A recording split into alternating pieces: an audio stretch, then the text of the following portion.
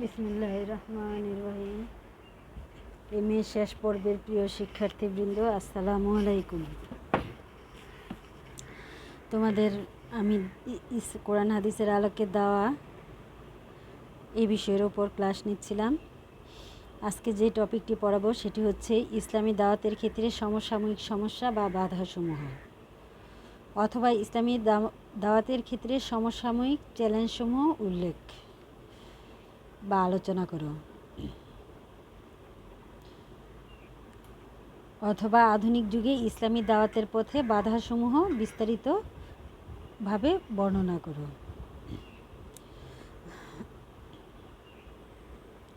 হজরত আদম আলাইহিস সালাম হতে শুরু করে শেষ নবী হজরত মুহাম্মদ সাল্লাল্লাহু আলাইহি ওয়াসাল্লাম পর্যন্ত সকল নবী রাসূলই তাদের দাওয়াত প্রচারের ক্ষেত্রে বিভিন্ন ধরনের সমস্যার সম্মুখীন হয়েছেন।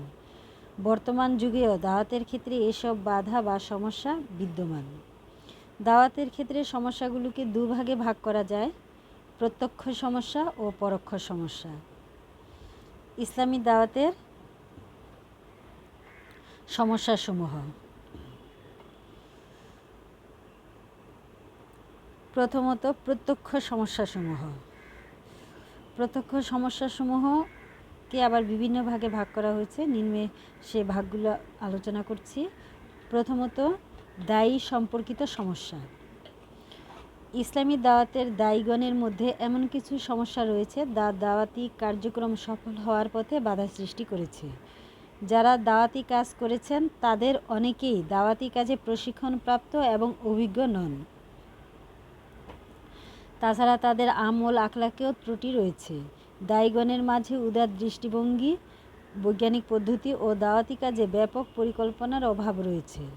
তাদের মাঝে পারস্পরিক সহযোগিতা ও সহমর্মিতার পরিবর্তে অহংকার, অভিমান প্রবণতা, মতবিরোধ ও অনৈক্য, মর্যাদা ও নেতৃত্বের লোভ সৃষ্টি হয়েছে।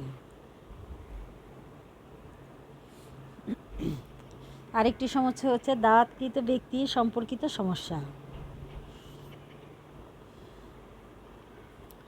দাওয়াতকৃত ব্যক্তিদের মাঝেও এমন কিছু ত্রুটি লক্ষণীয় যা দাওয়াতি কার্যক্রম সফলতার পথে সমস্যা সৃষ্টি করেছে। ইসলাম সম্পর্কে সাধারণ জনগণের মাঝে পর্যাপ্ত জ্ঞানের অভাব রয়েছে, যে কারণে তারা যেমনিভাবে দাওয়াতকে সঠিকভাবে মূল্যায়ন করছে না, তেমনিভাবে এতে সাড়াও দিচ্ছে না। তাছাড়া মুসলমান সমাজে এমন কিছু ভ্রান্ত আকিদা ও বিদআতি ইবাদত রয়েছে যা দাওয়াতি কার্যক্রমের বিরুদ্ধে সমস্যার সৃষ্টি করেছে। রাষ্ট্রীয় পৃষ্ঠপোষকতার অভাব। ইসলামের দৃষ্টিতে দাওয়াতি কার্যক্রম পরিচালনা করা রাষ্ট্রীয় দায়িত্বের অন্তর্ভুক্ত। মহানবী হজরত মুহাম্মদ সাল্লাল্লাহু আলাইহি ওয়াসাল্লাম ও খোলাফায়ে রাশিদিনের যুগে ইসলামী দাওয়াতি কার্যক্রম রাষ্ট্রীয় উদ্যোগে পরিচালিত হতো। অতঃপর উমাইয়া যুগ থেকে ক্রমান্বয়ে ইসলামী দাওয়াতি কার্যক্রম রাষ্ট্রীয় কার্যাবলী থেকে বিচ্ছিন্ন হতে থাকে। যদিও ওমর ইবনে আবদুল আজিজ রহমতুল্লাহ আলাইহির যুগে ইসলামী দাওয়াতের ক্ষেত্রে রাষ্ট্রীয়ভাবে কিছু কিছু উদ্যোগ ছিল, কিন্তু পরবর্তীতে দাওয়াতি কার্যক্রম প্রধানত ব্যক্তিগত উদ্যোগের মাঝে সীমাবদ্ধ হয়ে যায়। তখন থেকে ইসলামী দাওয়াতে বিভিন্ন রকম সমস্যার সম্মুখীন হতে হয়। আরেকটি সমস্যা হচ্ছে ইসলামী দাওয়াতের নামে অপতৎপরতা। মুসলমান সমাজে এমন কিছু ব্যক্তি বা সম্প্রদায় রয়েছে যারা নিজেদেরকে মুসলিম হিসেবে পরিচয় দিচ্ছে, কিন্তু তারা এমন মত ও পথের অনুসারী যা সম্পূর্ণ ইসলাম বিরোধী। অথচ ওই সকল ব্যক্তি বা সম্প্রদায় তাদের মত ও পথকে ইসলামী দাওয়াতের নামে তৎপরতা চালিয়ে যাচ্ছে, যদিও তা ইসলামী দাওয়াতের সাথে সরাসরি সাংঘর্ষিক। তাদের মধ্যে কাদিয়ানি, বাহাই ও এক শ্রেণীর ভণ্ড পীর ফকিরদের নাম বিশেষভাবে উল্লেখযোগ্য। ভিন্ন ধর্মাবলম্বীদের ধর্মীয় প্রচারণা। এ বিশ্বের বিভিন্ন এলাকায় ইসলামের পাশাপাশি বিভিন্ন ধর্ম প্রচলিত আছে। এ ধর্মগুলোর মাঝে প্রধান হলো ইহুদি, খ্রিস্টান, হিন্দু ও বৌদ্ধ ধর্ম। প্রত্যেক ধর্মই তাদের অনুসারী বৃদ্ধি করার জন্য বিভিন্ন পদ্ধতি অবলম্বন করছে। সেজন্য সে সকল ধর্মীয় সমাজে ইসলামী দাওয়াত কাজ কোনো না কোনোভাবে বাধাগ্রস্ত হচ্ছে। প্রাচ্যবিদ বুদ্ধিজীবীদের ইসলাম বিকৃতিকরণ। বুদ্ধির সুষমায় যারা সুষমামণ্ডিত, জ্ঞানের রাজ্যে যাদের বসবাস, যুক্তির আলোয় যারা আলোকিত, তারাই বুদ্ধিজীবী। কিন্তু বিশ্বের এক শ্রেণীর এমন বুদ্ধিজীবী আছেন যারা তাদের বুদ্ধির অস্ত্রটিকে ইসলাম সম্পর্কে মিথ্যাচার ও অবান্তর প্রচারণায় ব্যবহার করেন। তাদের সাথে ইসলামকে বিকৃতিকরণে খ্রিস্টান, মিশনারি, ইহুদি ও নাস্তিক বুদ্ধিজীবীরাও যোগ দেয়। মুসলমানদের জাগরণের মূল হাতিয়ার তাদের আকিদা, বিশ্বাস, জিহাদ, ইস্তিহাদ ও মুসলমানদের পারস্পরিক ঐক্য। কিন্তু সে প্রাচ্যবিদেরা ইসলামের ওই সমস্ত বিষয়কে বিকৃত করতে হাজার হাজার গ্রন্থ রচনা করেছেন। ওই প্রাচ্যবিদদের লেখা গ্রন্থাবলী অধ্যয়ন করে যারা ইসলাম সম্পর্কে জেনেছে তারা বিভ্রান্ত হয়েছে। সুতরাং তাদের লেখা ওইসব গ্রন্থাবলী পাশ্চাত্য সমাজে ইসলামী দাওয়াত প্রচারে বিরাট এক সমস্যা। দাওয়াত প্রচারে আরেকটি প্রত্যক্ষ সমস্যা হচ্ছে আর্থিক সংকট। অন্যান্য ধর্মীয় সংস্থাগুলো দেশ বিদেশ থেকে যেভাবে আর্থিক সহযোগিতা পাচ্ছে, ইসলামী দাওয়াতে নিয়োজিত ব্যক্তি ও সংস্থাগুলো সেরকম সহযোগিতা পাচ্ছে না। সেজন্য বিভিন্ন রকম পরিকল্পনা ও কাজ করার উদ্দীপনা থাকা সত্ত্বেও আর্থিক অসঙ্গতির কারণে সে সমস্ত পরিকল্পনা বাস্তবায়ন করা সম্ভব হচ্ছে না।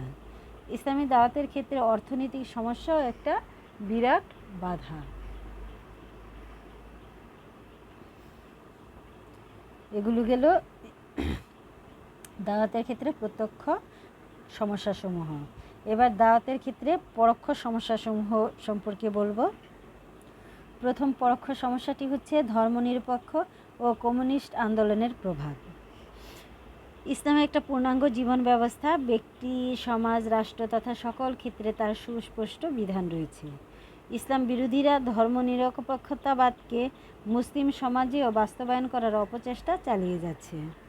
তেমনইভাবে ধর্মবিরোধী সমাজতন্ত্রী মার্কবাদীরা তাদের সমাজতন্ত্র প্রতিষ্ঠা করার জন্য বিভিন্ন এলাকায় কাজ করে যাচ্ছে। এদের দ্বারা ইসলামী দাওয়াতি কার্যক্রম বাধাগ্রস্ত হচ্ছে, কারণ তারা একমাত্র ইসলামের উত্থানকেই তাদের মতবাদ প্রতিষ্ঠার পথে বাধা মনে করে।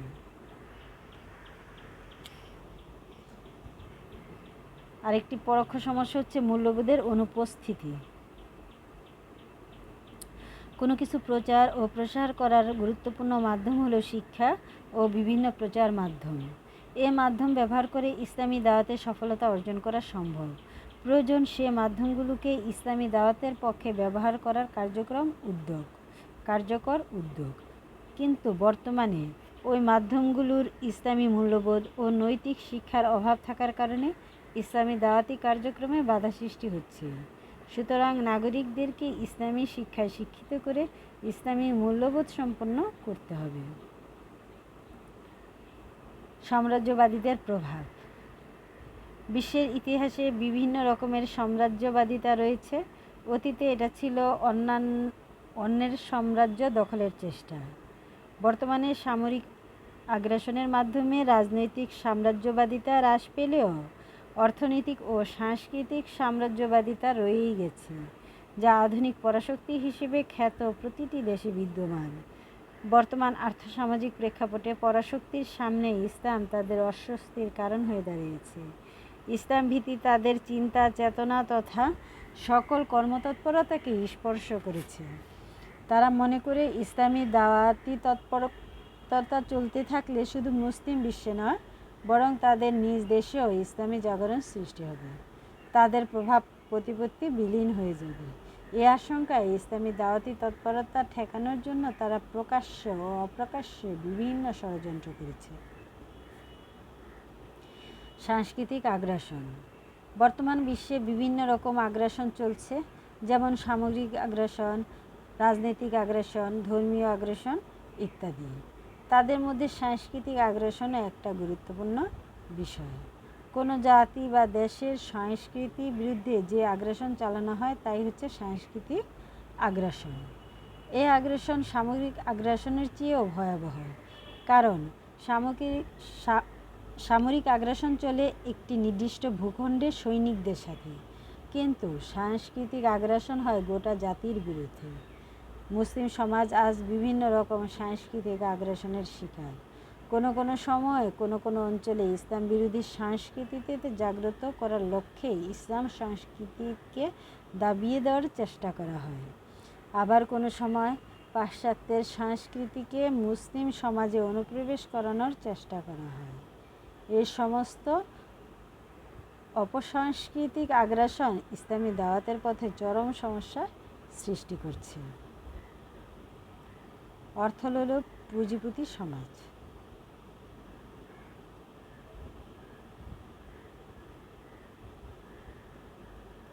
যেসব ব্যক্তি সচ্ছলতা ও প্রাচুর্যের অধিকারী, যারা সমাজে সুদ, জুয়া, কালোবাজারি ইত্যাদি বিভিন্ন অবৈধ পন্থায় সম্পদ অর্জন করে সম্পদের পাহাড় গড়েছে, তারাও ইসলামী দাওয়াতের পথে বাধা হয়ে কাজ করে।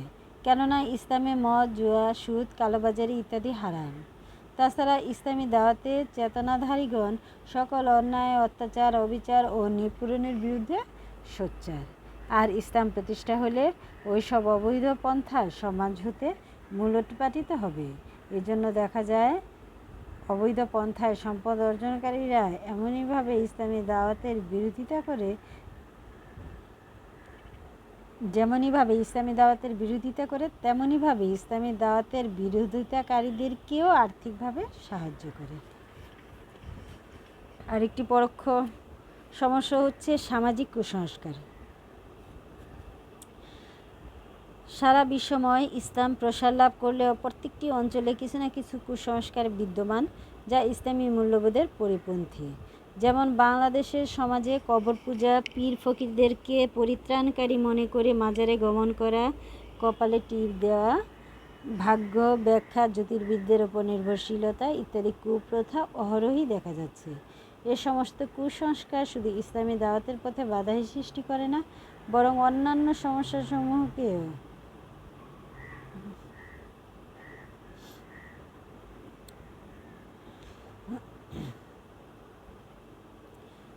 আবার বলতেছি, এ সমস্ত কুসংস্কার শুধু ইসলামী দাওয়াতের পথে বাধাই সৃষ্টি করে না, বরং অন্যান্য সমস্যাসমূহকে বহুমুখী শাখা প্রশাখা বিস্তারে সহযোগিতা করে। নরনারীদের অবাধ মেলামেশা। সমাজে কাজকর্ম পরিচালনায় ও লেনদেন ক্রিয়াকর্ম পরস্পরের মাঝে মেলামেশার প্রয়োজন আছে, কিন্তু নারী পুরুষদের মেলামেশার ক্ষেত্রে একটা নির্দিষ্ট সীমা থাকা উচিত। বর্তমানে নারী পুরুষদের অবাধ মেলামেশা, পর্দাহীনতা, সাংসারিক ও পারিবারিক ব্যবস্থার প্রতি নারী সমাজের ক্রমান্বয়ে অনীহা বৃদ্ধি, নারী আন্দোলনের নামে ইসলামী মূল্যবোধের বিরোধিতা, বাণিজ্যিক ফ্যাশন ও সংস্কৃতি চর্চার নামে নারীদেরকে পণ্যদ্রব্য হিসেবে ব্যবহার ইসলামী দাওয়াতি কার্যক্রমের পথে বাধা সৃষ্টি করেছে। ইসলামী এই শেষ হলো তোমাদের ইসলাম প্রচারের ক্ষেত্রে, ইসলামী দাওয়াতের ক্ষেত্রে পরোক্ষ সমস্যাসমূহ। ইসলামী দাওয়াতের পথে বাধা সৃষ্টিকারী পরোক্ষ ও প্রত্যক্ষ যে দিকগুলো আলোচনা করা হলো, তার অনেকগুলো পরস্পর সম্পর্কযুক্ত, একটির কারণে অন্যটির সৃষ্টি হয়েছে। এসব কারণের কিছু দিক উত্তরাধিকার সূত্রে চলে আসছে, কতগুলো ষড়যন্ত্রমূলকভাবে ইসলামী দাওয়াতের তৎপরতার বিরুদ্ধে চাপিয়ে দেওয়া হয়েছে। ইসলামী দাওয়াতের পথে সকল যুগেই এ সমস্ত সমস্যা বিদ্যমান ছিল। তাই ইসলামী দায়কে নাক কান খোলা রেখে দাওয়াতি কার্যক্রম পরিচালনা করে যেতে হবে।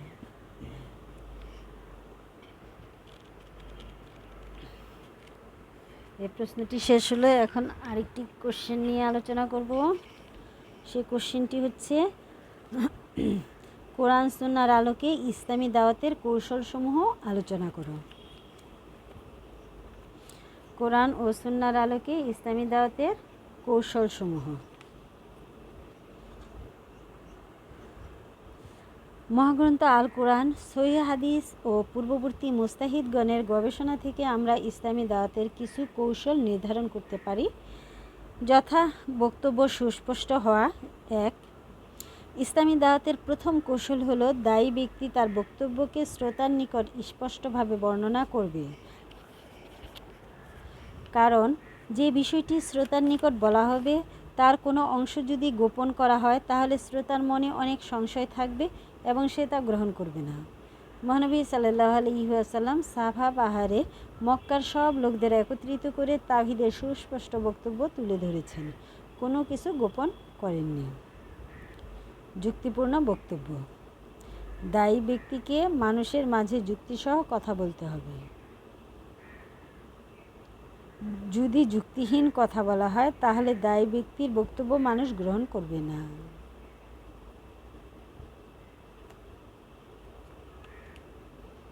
পবিত্র কোরআনেও মহান আল্লাহ অনেক যুক্তি দিয়েছেন। যেমন ইউসুফ আলাইহিস সালাম যখন জেলে বসে দাওয়াত দিয়েছিলেন তখন তিনি বলেছিলেন, বহু রব ভালো না একজন আল্লাহ, যিনি মহাপরাক্রমশালী, তাকে রব হিসেবে গ্রহণ করা ভালো। সূরা ইউসুফ ৩৯ নং আয়াত। যুগের চাহিদা অনুযায়ী দাওয়াত পেশ করা। যুগের চাহিদা অনুযায়ী দাওয়াত পেশ করলে তা মানুষ সহজে গ্রহণ করবে। যেমন বর্তমান যুগ বিজ্ঞানের যুগ, তাই যদি দায়ী ব্যক্তি তার বক্তব্যে বিজ্ঞানভিত্তিক আলোচনা করে তবে মানুষ তা সহজে গ্রহণ করবে। মহান আল্লাহ পবিত্র কোরআনে বিজ্ঞানের বিভিন্ন শাখা প্রশাখা নিয়ে আলোচনা করেছেন। উদাহরণ পেশ করা। উদাহরণসহ দাওয়াত দিলে সে দাওয়াতের গ্রহণযোগ্যতা আরও বৃদ্ধি পায়। যেমন সূরা গাশিয়ায় আল্লাহ বলেছেন, তারা কি উটের দিকে তাকায় না, কিভাবে আল্লাহ তাদের সৃষ্টি করেছেন? আকাশের দিকে তাকায় না, কিভাবে সেটা খুঁটি ছাড়া স্থাপন করা হয়েছে? জমিনের দিকে লক্ষ্য করে না, কিভাবে তা বিছিয়ে রাখা হয়েছে? সত্য মিথ্যার পার্থক্য বুঝিয়ে দেওয়া। সত্য মিথ্যার পার্থক্য বুঝিয়ে দেওয়া দাওয়াতের গুরুত্বপূর্ণ কৌশল। সত্যকে সত্যরূপে এবং মিথ্যাকে মিথ্যারূপে বর্ণনা করা হলে দাওয়াত পরিপূর্ণতা লাভ করে। যেমন সকল নবী সাল্লাল্লাহু আলাইহি ওয়াসাল্লাম বলেছেন, অবশ্যই আমি সকল উম্মতের কাছে রাসূল পাঠিয়েছি, তারা মানুষদের দাওয়াত দিয়েছেন এই বলে, তোমরা আল্লাহর আনুগত্য করো আর তাগুত শ্রেণীকে প্রত্যাখ্যান করো। সূরা নাহল আয়াত নং ৩৬। অন্যের সহযোগিতা নেওয়া। দাওয়াতি কার্যক্রম পরিচালনার ক্ষেত্রে অন্যের সহযোগিতা গ্রহণ করা যায়। যেমন মূসা আলাইহিস সালাম তার আপন ভাই হারুন আলাইহিস সালামের সাহায্য গ্রহণ করেছিলেন। সূরা তাহার আয়াত নং ২৯-৩০। এবং আমার পরিবারবর্গের মধ্য থেকে আমার একজন সাহায্যকারী করে দিন, আমার ভাই হারুনকে। সৎ কাজে সহযোগিতা করা।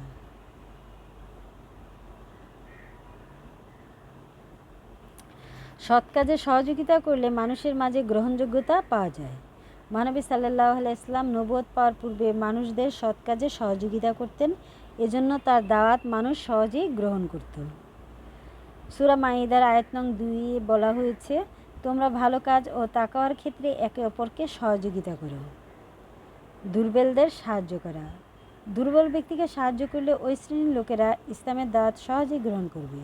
এজন্য দায়ী ব্যক্তির কর্তব্য হলো দুর্বলদের সাহায্য করা। মহানবী সাল্লাল্লাহু আলাইহি ওয়াসাল্লাম বলেছেন,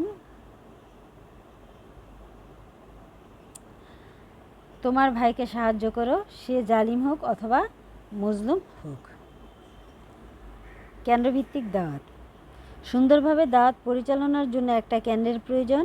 সেই কেন্দ্রের একজন নেতা থাকবেন, যার অধীনে দায়ীগণ তাদের কর্মতৎপরতা চালিয়ে যাবেন। মক্কায় মহানবী সাল্লাল্লাহু আলাইহি ওয়াসাল্লাম সাহাবায়ে কেরামগণকে নিয়ে সুপরিকল্পিতভাবে দাওয়াতের কাজ করতেন।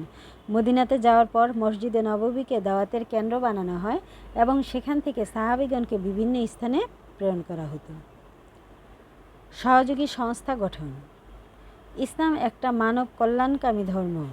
মানুষের কল্যাণ কামনা করা ইসলামের বড় শিক্ষা। এজন্য সমাজে নানা ধরনের সহযোগী প্রতিষ্ঠান প্রতিষ্ঠা করে মানুষদেরকে আল্লাহর পথে আনা যেতে পারে। যেমন এতিমখানা, কর্জে হাসানা, হাসপাতাল, লাইব্রেরি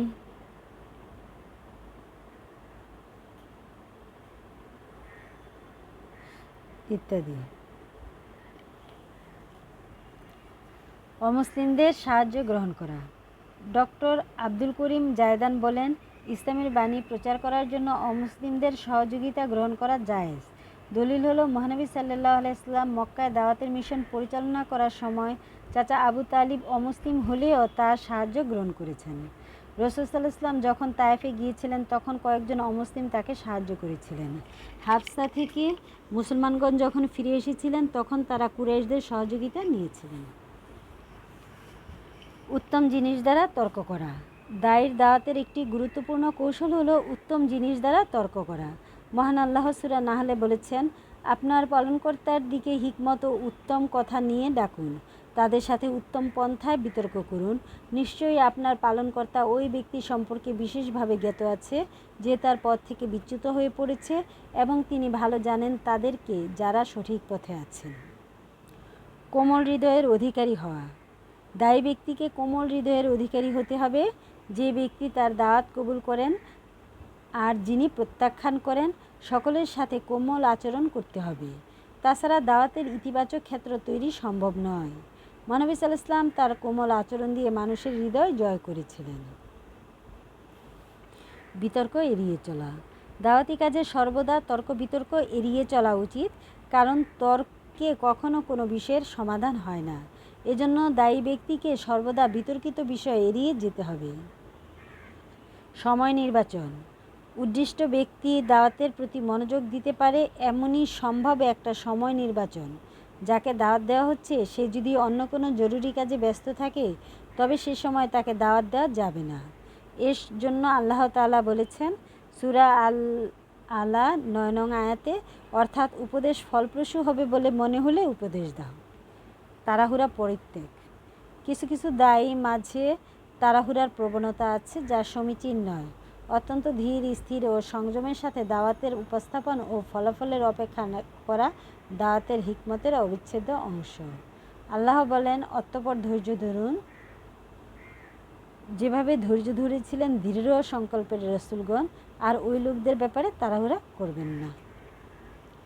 ব্যক্তি বিবেচনার ক্ষেত্রে দায়ী কোনো ব্যক্তিকে দাওয়াত দিচ্ছেন, তার মনস্তাত্ত্বিক, সামাজিক, সাংস্কৃতিক ও শিক্ষাগত অবস্থা কী, দাওয়াতের এ বিষয় অত্যন্ত গুরুত্বপূর্ণ। এ বিষয়ে হিকমত হলো যা মহানবী সাল্লাল্লাহু আলাইহি ওয়াসাল্লাম বলে দিয়েছেন। হযরত আয়েশা রাদিয়াল্লাহু আনহা থেকে বর্ণিত, তিনি বলেন, আল্লাহ রাসূল সাল্লাল্লাহু আলাইহি ওয়াসাল্লাম আমাদেরকে আদেশ করেছেন যে আমরা যেন মানুষকে মর্যাদার স্থানে রাখি।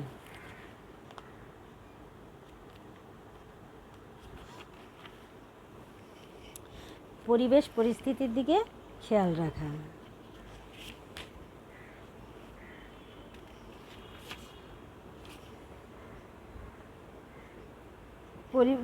দাওয়াতের আরেকটি কৌশল হচ্ছে পরিবেশ ও পরিস্থিতির দিকে খেয়াল রেখে দাওয়াত দিতে হবে। আরেকটি হচ্ছে সত্য ও অকাট্য যুক্তির আশ্রয় নেওয়া, অর্থাৎ হিকমতপূর্ণ দাওয়াতি কাজের জন্য শর্ত হলো কোনো বাতিল বা ভুল ভ্রান্তি, অলীক, কাল্পনিক বিষয়ের আশ্রয় নেওয়া যাবে না। সকল কথা কাজ সত্যনিষ্ঠ, যুক্তিযুক্ত ও বিজ্ঞানসম্মত হতে হবে। পর্যায়ক্রমে দাওয়াত উপস্থাপন করতে হবে। দাওয়াতের বিষয়বস্তু বা নির্দিষ্ট কোনো একসঙ্গে উপস্থাপন হিকমত সমর্থিত নয়, বরং তা পর্যায়ক্রমে উপস্থাপন করতে হবে। এজন্য দেখা যায় মহানবী সাল্লাল্লাহু আলাইহি ওয়াসাল্লাম এর দাওয়াতে প্রথম আকীদার উপর জোর দিতেন, তারপর ইবাদত, অতঃপর সিয়াসাত। এভাবে পর্যায়ক্রমে হতে হবে। সহজ পন্থায় উপস্থাপন। কুরআন কারীম দাওয়াতি কিতাব, আল্লাহ পাক তাকে সহজ করে দিয়েছেন। সূরা কামারে আল্লাহ বলেন, নিশ্চয়ই আমি কোরআনকে সহজ করে দিয়েছি বুঝার জন্য। অতএব কোনো চিন্তাশীল ব্যক্তি আছে কি? অতএব দায়ীগণকে তাদের দাওয়াত সহজবুদ্ধভাবে উপস্থাপন করতে হবে। বৈজ্ঞানিক গবেষণা প্রসূত ফলাফল ও উপস্থাপন। দায়ীকে ইসলামের বিভিন্ন দিক নিয়ে বিজ্ঞানসম্মত গবেষণা চালিয়ে ফলাফল উপস্থাপন করে মানুষকে ইসলামের দিকে আকৃষ্ট করতে হবে। ধৈর্য ধারণ ও সংযমশীল হওয়া। দায়ীর আচরণের ক্ষেত্রে ধৈর্যশীলতা ফুটে উঠবে। দিনে দাওয়াতে বারবার ব্যর্থ হলেও ধৈর্য ধরে তা অব্যাহত রাখতে হবে। হাস্যোজ্জ্বল চেহারায় বরণ। কাউকে হাস্যোজ্জ্বল চেহারায় বরণ দায়ীর মাঝে হিকমতের লক্ষণ। দায়ীকে তাই করতে হবে। এ ধরনের আচরণ মানব অন্তরে স্থান করে নেওয়ার চাবিস্বরূপ। উপহার ও উপঢৌকন প্রদান। পরস্পরকে উপঢৌকন প্রদান করলে আন্তরিকতা বৃদ্ধি পাবে এবং দাওয়াতের ক্ষেত্রে তা কার্যকরী প্রভাব বিস্তার করবে। এটাও দাওয়াতের একটা কৌশল। অবশেষে আমরা বলতে পারি যে দাওয়াতের ক্ষেত্রে কৌশল অবলম্বন করা জরুরি। কৌশল ছাড়া কোনো পরিকল্পনা বাস্তবায়ন হয় না। দাওয়াত যেহেতু ইসলাম প্রতিষ্ঠার প্রাথমিক কাজ, এজন্য দায়ী ব্যক্তিকে সুপরিকল্পিতভাবে কৌশলে কাজ করতে হবে। তবেই মানব সমাজে তার সুফল আসবে এবং ইসলামী রাষ্ট্র প্রতিষ্ঠিত হবে। আজকে তোমাদের সাথে অনলাইন ক্লাসটি এখানে শেষ করছি। তোমরা ভালো থেকো। আল্লাহ হাফেজ।